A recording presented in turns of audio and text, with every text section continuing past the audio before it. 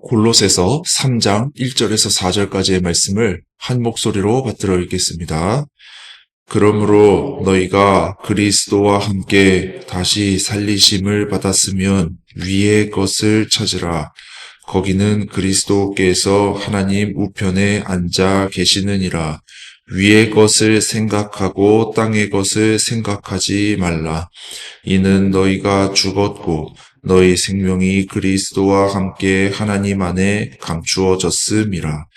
우리 생명이신 그리스도께서 나타나실 그때에 너희도 그와 함께 영광 중에 나타나리라. 아멘. 오늘 우리가 읽은 말씀에 보면 위의 것을 생각하라는 말이 나옵니다. 새한글 성경에는 위의 것들을 추구하라 이렇게 표현합니다. 그렇다면 여기서 말하는 위의 것은 무엇인지를 먼저 밝혀야 할 텐데요. 하지만 성경에 위의 것이 무엇인지를 정확하게 나타낸 말이 없습니다. 성경의 기자는 위의 것이 아닌 것이 무엇인지를 이야기하는 방식으로 설명을 전개하고 있기 때문이에요. 오늘 우리가 읽은 말씀 바로 직전에 보면 이렇게 기록되어 있어요. 골로새서 2장 23절 말씀을 새한글 성경으로 읽어드릴게요. 그 규정들은 스스로 만든 종교나 금욕생활이나 몸을 학대하는 것을 내세우면서 말로는 지혜롭게 들립니다.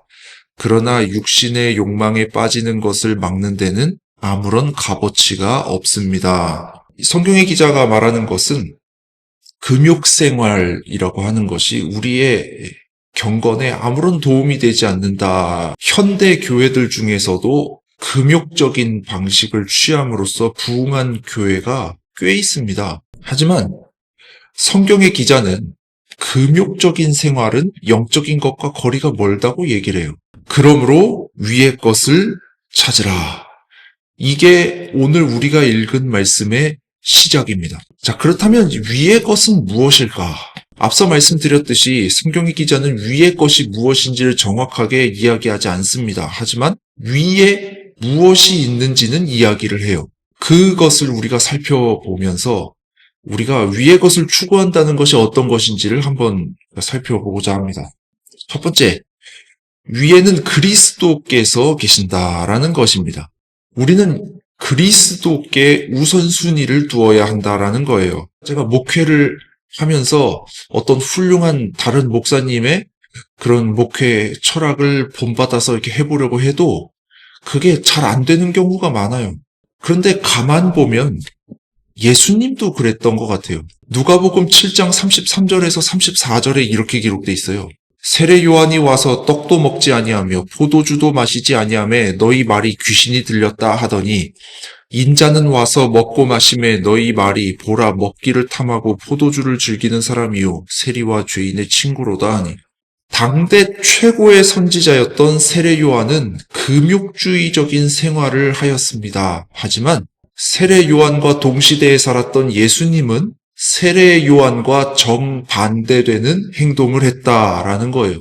그러므로 이 목회자가 어떤 사람의 말을 듣고 그것을 가지고 목회를 하려고 하면 그것은 실패할 가능성이 많다라는 것이에요.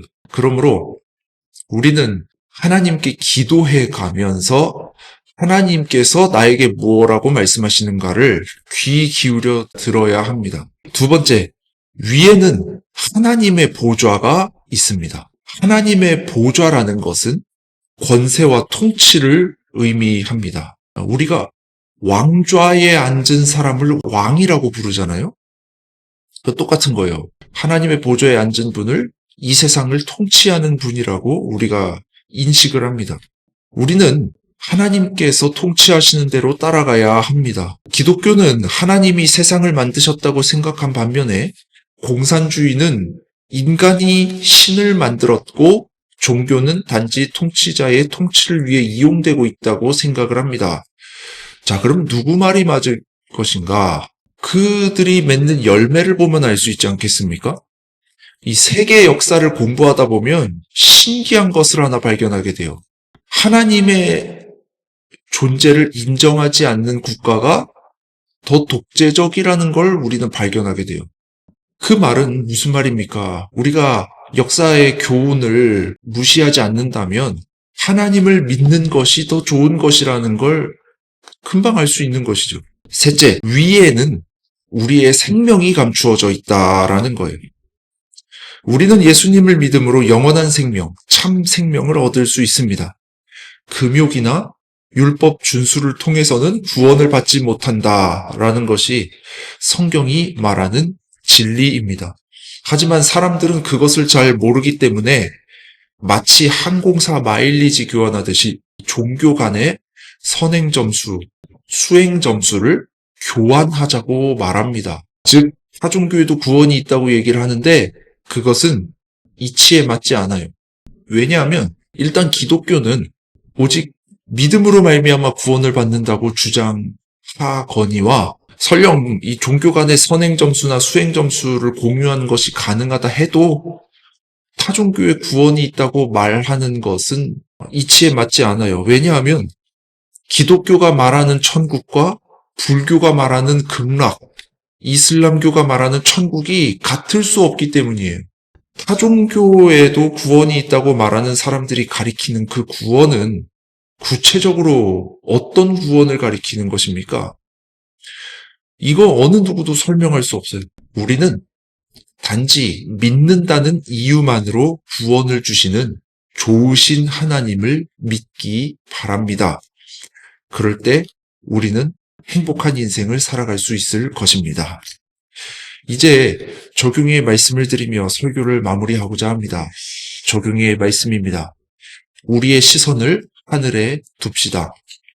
이 적용의 말씀 가지고 우리 자신을 돌아보기를 원합니다.